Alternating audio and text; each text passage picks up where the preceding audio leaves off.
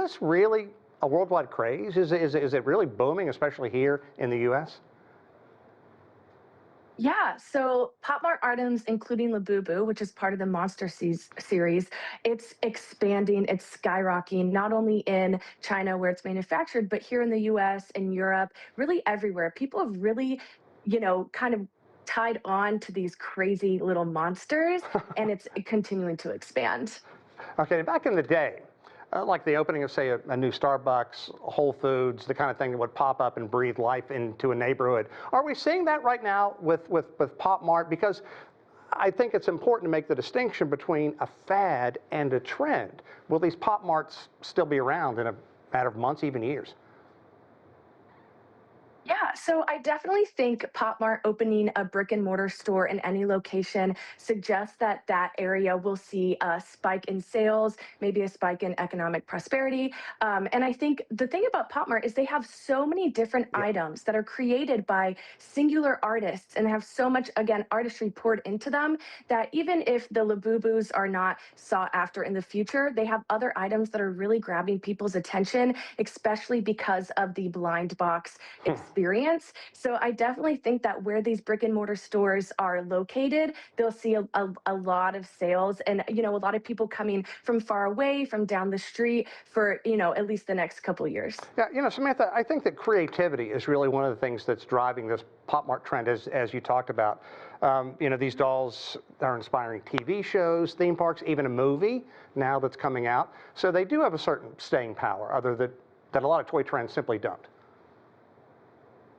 Yeah, so what's really great about these toys is that, again, they're created by individual artists from all over the world. So it's kind of adding a different, bringing together different cultures, excuse me, and allowing people to kind of step into maybe a design or a pattern that they might not experience in the first place. So it definitely has that staying power. Again, you have to give thanks to the blind box experience because as people continue to take their Labubus out, maybe they got one that they didn't necessarily want, but they want to continue building the collection. So they're going to go back and purchase more and more until they have the one that they desire or the full collection. So I think there's a really great staying powers with these products in particular that we'll see, continue to impact other toy trends as well. And also hello eBay if they don't want it because it'll fly off there. So what does it say about the economy as a whole that a toy trend, like not fashion or food trend, is driving traffic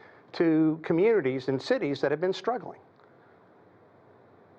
Yeah, so toys are always going to be the last thing that parents or consumers are going to give up when they're going through their shopping cart, right? They bring so much joy to not only little kids and to teenagers, but to adults as well. So toys, being the thing that's driving people into those locations, into those brick and mortar stores, bringing the foot traffic to the other, products that are in that area, it kind of just says that people aren't ready to, they can make food at home, but they can't design a toy at home. So they're not really ready to give up on the happiness that they receive from unboxing their favorite Labubu character. And they're not ready to give up the happiness that they receive watching their child, clip it onto their backpack and trade it with their friends and, kind of talk about and, make those relationships and connections while talking about this product. Yeah, I love this video that we're running as well. Now, at the risk of having someone throw something at the screen from saying this, is there a chance this craze is dying down, or do you think it's really going to have legs going through the holidays?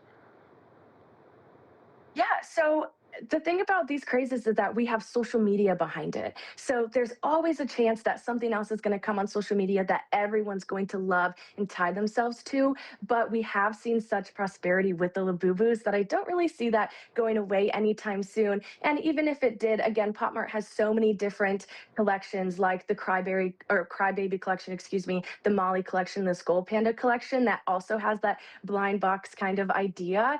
So I definitely see that this going through the holiday season and, ebbing and flowing with social media trends as well. I will shamelessly say I'm a huge toy fan, and I'm going to start following you here on Toy Insider. So give us an idea of what other toys are really driving sales and traffic, whether to Pop Mart stores or other stores and communities, especially as we head into the holidays. Yeah, so outside of Pop Mart, there are a ton of different toys that are really gaining traction or continuing to stay popular throughout this holiday season. On the blind box trend, you have different minis, right? So we have MJ Entertainment's Make It Miniverse, and these are little capsules that you unbox, you open. Again, it's a blind box experience, and you can build your own mini foods, mini products, and it's really gaining traction again on TikTok as well. So I think that anything that has that unboxing experience that adds to the play pattern, it adds to the level of happiness that kids and adults even are going to see as they unbox that this holiday season. I think we're going to see that, drive the consumers to the store or to the online shops. Okay, Samantha, I love the enthusiasm. Thank you so much for your insight. We appreciate it. Yeah, thank you.